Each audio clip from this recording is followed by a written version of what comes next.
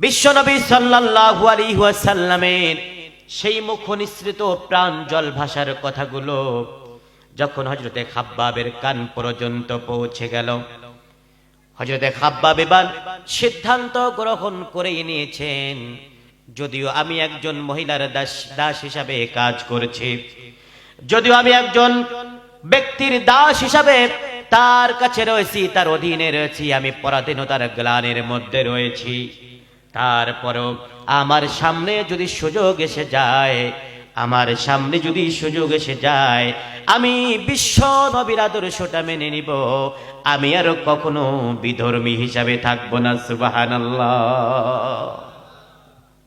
সুযোগ যদি এসে যায়, আমি কোনো অবস্থাতে বিশ্ব নবীর সাহচর্য থেকে, বিশ্বনবী সাল্লাল্লাহু আলাইহি ওয়াসাল্লামের সেই প্রাঞ্জল ভাষা মধু মাখা কথা থেকে আমি আর দূরে সরে থাকতে চাই না।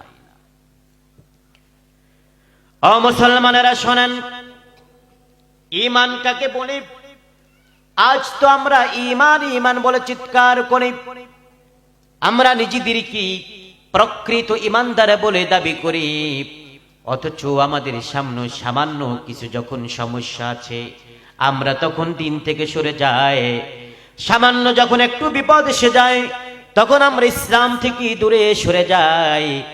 অথচ তারা তো ঈমানদার ছিলেন, কিন্তু তারা কেমন ঈমানদার ছিলেন, এমন ভাবে কিছু কিছু ইতিহাস, কিছু কিছু জীবনী আমাদের সামনে যখন এসে যায়, এই কথাগুলো একজন মুসলমান যদি এই কথাগুলো মানার উদ্দেশ্যে শুনে, আল্লাহর উপর ভরসা করে বলছি, আমার মনে হয় ওই ব্যক্তিটা কখনো ইসলাম থেকে আর নবী থেকে দূরে সরে থাকতে পারবে না, ঠিক কিনা?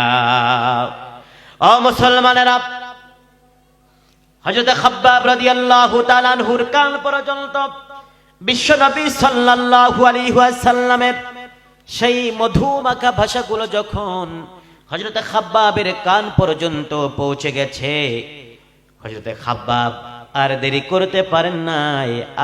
করতে পারেন নাই, সাথে সাথে বিশ্বনবী সাল্লাল্লাহু আলাইহি ওয়াসাল্লামের কাছ পর্যন্ত পৌঁছে গেছেন। আল্লাহর নবীর কাছে গিয়ে বলছেন, ইয়া রাসূলুল্লাহি, ইয়া হাবিবাল্লাহ, নবীজি, আমি ইসলামের ছায়া থেকে, সুশীতল ছায়া থেকে আর দূরে সরে থাকতে চাই না। নবীজি, আমাকে আপনি পড়িয়ে দেন লা ইলাহা ইল্লাল্লাহু মুহাম্মাদুর রাসূলুল্লাহ। পড়ুন সবাই, লা ইলাহা ইল্লাল্লাহু মুহাম্মাদুর রাসূলুল্লাহ।